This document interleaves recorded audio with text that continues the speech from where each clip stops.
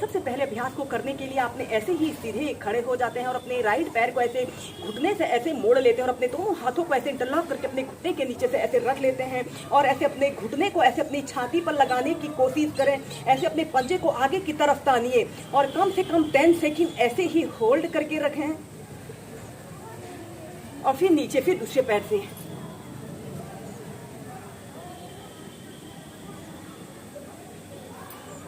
ऐसे ही दोनों पैरों से आप कम से कम इसे आप 8 से 10 बार कर सकते हैं।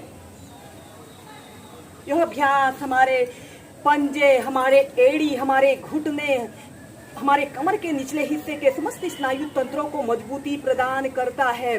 और फिर सीधे, इसके बाद आपने ऐसे ही सीधे खड़े हो जाना है और अपने दोनों हाथों को ऐसे अपने कमर के पास रख लें और फिर इसके बाद आपने ऐसे अपने घुटनों को ऐसे बिल्कुल सीधा करते हैं और फिर ऐसे अपने घुटनों को ढीला छोड़ देते हैं। ऐसे घुटनों को बिल्कुल सीधा करें और फिर ऐसे ढीला छोड़ दें। श्वास अंदर भरते हुए ऐसे अपने घुटनों को बिल्कुल सीधा रखने की कोशिश करते हैं। 5 से 10 सेकंड ऐसे ही रुकते हैं और फिर इसके बाद ऐसे अपने घुटनों को ढीला छोड़ देते हैं। ऐसे ही आपने अपने घुटनों को श्वास अंदर भरते हुए ऐसे खींचना है। 5 से 10 सेकंड ऐसे ही होल्ड करने के बाद ऐसे ढीला छोड़ देते हैं और फिर आपने अपने राइट पैर को ऐसे घुटने से ऐसे मोड़ लेते हैं। ऐसे अपने अंगूठे को जमीन पर स्पर्श कराते हुए ऐसे अपने पैर को ऐसे घुटने से एक राउंड बनाने की कोशिश करें। ऐसे 5 टाइम्स घुमाएं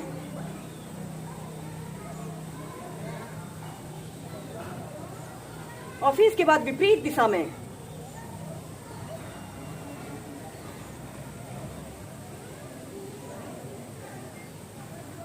फिर दूसरे पैर से ऐसे अपने लेफ्ट पैर को ऐसे घुटने से ऐसे मोड़ लें और ऐसे एक बड़ा सा राउंड बनाने की कोशिश करते हैं।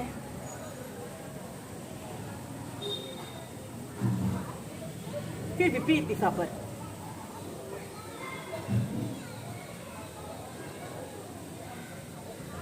इसके बाद आपने ऐसे अपने दोनों पैरों को ऐसे आपस में मिला लेते हैं और ऐसे अपने दोनों घुटनों को ऐसे आपस में मिलाते हुए ऐसे अपने दोनों घुटनों को एक साथ क्लॉकवाइज घुमाते हैं। ऐसे 5 टाइम्स घुमाइए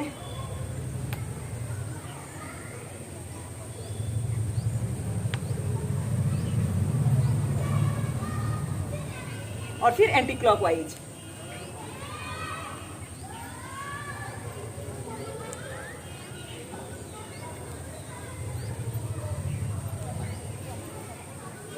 और फिर इसके बाद ऐसे सीधे। इसके बाद हम करेंगे उत्कट आसना को वेरिएशन के साथ प्रैक्टिस करेंगे। दोनों हाथों को ऐसे कंधों के समानांतर ऐसे सीधे कर लेते हैं और इसके बाद आपने ऐसे धीरे धीरे ऐसे एक काल्पनिक कुर्सी पर बैठने की कोशिश करते हैं। पंजों के बल आपने बैठना है, एड़ियां ऊपर की तरफ रहेंगी और ऐसे ही कम से कम 10 से 30 सेकंड तक ऐसे ही होल्ड करके रखते हैं।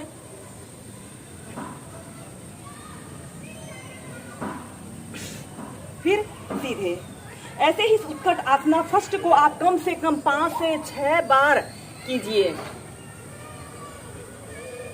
ऐसे सीधे देखते हैं।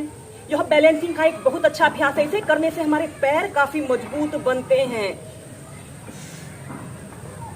और फिर इसके बाद अपने दोनों हाथों को ऐसे अपने कमर के पास रख लें। इसके बाद इस उत्कट आसना की नेक्स्ट वेरिएशन को करने के लिए आपने अपने दोनों पैरों के बीच में ऐसे कम से कम 1 से 1.5 फीट का ऐसे स्पेस रख लेते हैं और अपने दोनों हाथों को ऐसे कमर के पास ऐसे रखते हुए ऐसे अपने घुटनों के बल आपने बैठना है। ऐसे एक काल्पनिक कुर्सी पर आपने बैठ लेते हैं या फिर अपने दोनों हाथों को ऐसे अपने टखनों के पास भी रख सकते हैं, जिससे कि इस अभ्यास को करने में आपको आसानी रहे।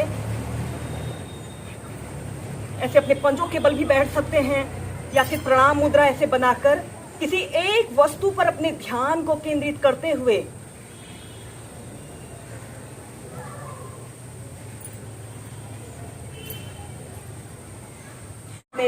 दोनों पैरों के बीच में से कम 2 से 2.5 फीट का ऐसे स्पेस रख लेते हैं और दोनों हाथों को कंधों के समानांतर ऐसे सीधे कर लेते हैं। और इसके बाद आपने ऐसे अपने राइट घुटने पर ऐसे बैठना है और ऐसे सीधे देखते हैं दूसरा पैर आपका बिल्कुल सीधा रहे और कम से कम 10 सेकंड तक ऐसे ही रुके और फिर ऐसे सीधे। फिर दूसरी साइड से।